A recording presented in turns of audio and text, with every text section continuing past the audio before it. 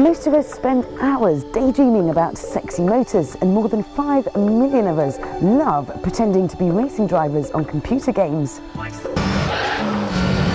Just as Tomb Raider's Lara Croft came to life in Angelina Jolie, so has Gran Turismo's Toyota Supra.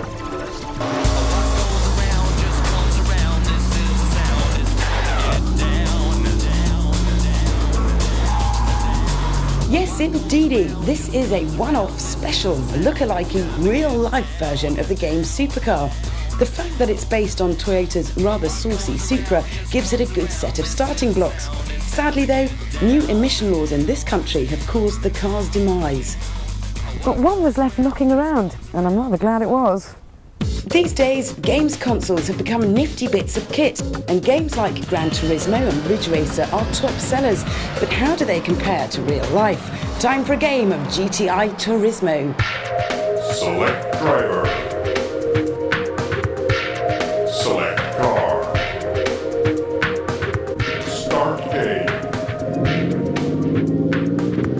Straight from your PC, this Supra is one of the game's most popular cars, and just like the Gran Turismo version, Toyota has thrown everything at it to make it one big girl's toy. Oh yeah, and it's mine for the day. Oh, hello. Powering this beast is a 3-litre, 24-valve, straight-six engine with twin, yes that's 2, turbochargers.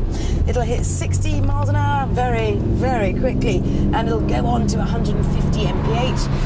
It's got 370 brake horsepower, but unfortunately it's also got an automatic gearbox.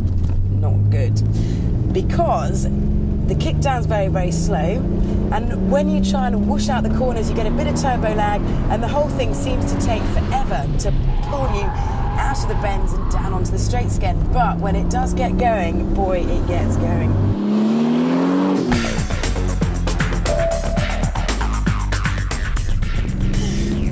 The suspension has been lowered and stiffened to give crisper handling out here on the track.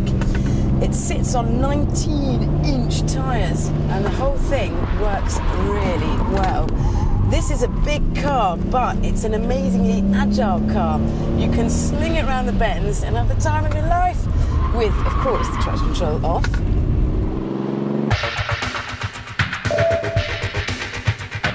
Inside, things are pretty standard, but you do get a lot more luxury than you would do in the game car. Leather seats, air conditioning, cruise control, red carpets, and there's even room in the back for a couple of small passengers. But the pièce de résistance lies in the boot. I'm totally addicted to bass. If the growl of the engine doesn't do it for you, then how about some music? No ordinary stereo in here, because the boot houses a set of woofers the size of my neighbour's dog, but they're not the only things that are big about this car. Now that is a whopper of a spoiler. It fills my rear view mirror, and in fact it is so big that Toyota reckons it actually slows this car down when it's at full chat. As well as that, it's got tarmac-hugging skirts all the way around, bonnet bulges, and of course those very, very distinctive stickers, which have come from Toyota's racing Supra in Japan.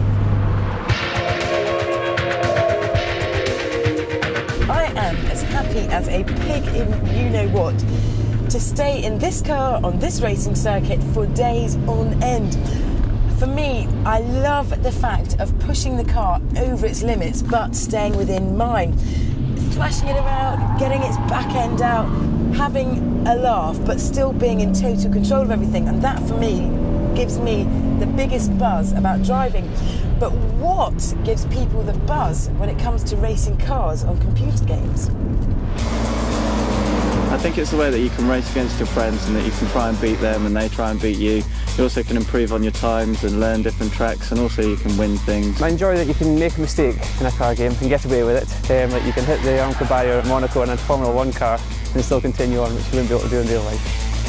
I think it's just a challenge of wanting to go faster and better and not crash. I'm pretty hopeless at them myself, to be honest, but I do enjoy them quite a lot.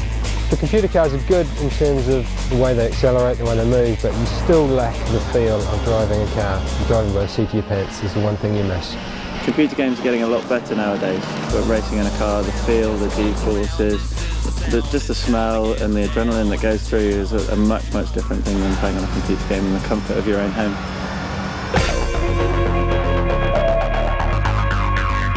Some people think that messing around with a joystick for hours on end is a complete waste of time. But if it lets you be a racing driver for a day, then what's the harm in that? You can crash as many times as you like and beat your mates. But if you get to do it for real, if you are lucky enough, then it's a completely different story. That's right, if I have a massive off in this, then it's not a case of play on, it's definitely game over.